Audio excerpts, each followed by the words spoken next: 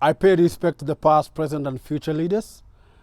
Welcome to Disability Sausage Media, the top online TV station. I'm your host, Paul Mugambi. If you may like, call me Mpofu number 1. This is a platform where we reduce ableism in order to include everyone in the society. In today's episode, we are paying tribute to the transporters. Wow. This is an interesting topic because the largest minority who are persons with disabilities in the world after America and China in the economic bloc, and who make up 15% of the population, use public transport. And when you look at this area, we like to pay respect to the matatu industry in Kenya, the motorcycle drivers in Kenya who have been helpful to persons with disabilities. Most of the time, we find ourselves talking about the bad instances whereby persons with disabilities have been neglected or they are facing challenges or what we call barriers when they are on transport industry. But to say the truth, there are some good practices within the industry of transport. When you look at the area whereby we have transporters, some of them ensure that persons with disabilities reach their destination. Some of them lift persons with disabilities when they are taking a ride with the buses or taxis.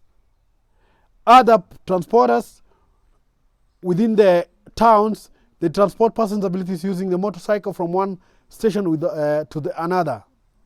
This is quite recommendable. But there lies a major challenge. Most of the towns or most of the cities have punitive measures where they don't allow the motorcycles to take passengers across board. You really wonder why and who instituted these punitive measures, because many a times most persons with disabilities have to walk long distances or have to be driven using their wheelchair, using their crutches, or using their white cane, and at the end of the day they are not able to reach the destination. So for those transport drivers, conductors who ensure persons with disabilities reach their destination in this disability sausage media platform, we are congratulating them. Secondly, we like to make an appeal to the incoming governments to ensure they develop a policy whereby persons with disabilities can be allowed to cruise alongside the town using the motorcycles so that they can reach their destination. We know that most of the matatu stations or bus stops are located far. So it becomes a big challenge for persons with disabilities who are traveling from one distance to another. Secondly, national and county government should try and ensure that vehicles which are imported in the country currently, they become accessible so that persons with disabilities are able to access public transport in a more better way. Actually, persons with disabilities are able to enjoy public transport when it is accessible for them. And this one, as we normally say in this program, that when you make things accessible for all, for persons with disabilities, you are making accessible for everyone. Absolutely correct. So inclusion is all about in the mind. When you plan for it, think about how you can reduce ableism so that you encourage more persons with disabilities to enjoy the services you offer. The mainstream services being offered in transport need to cater for the 15% of the population. And persons with disabilities are part of the society. In order to reduce ableism, you have to ensure that you have plans, design, projects. You see how they can include persons with disabilities.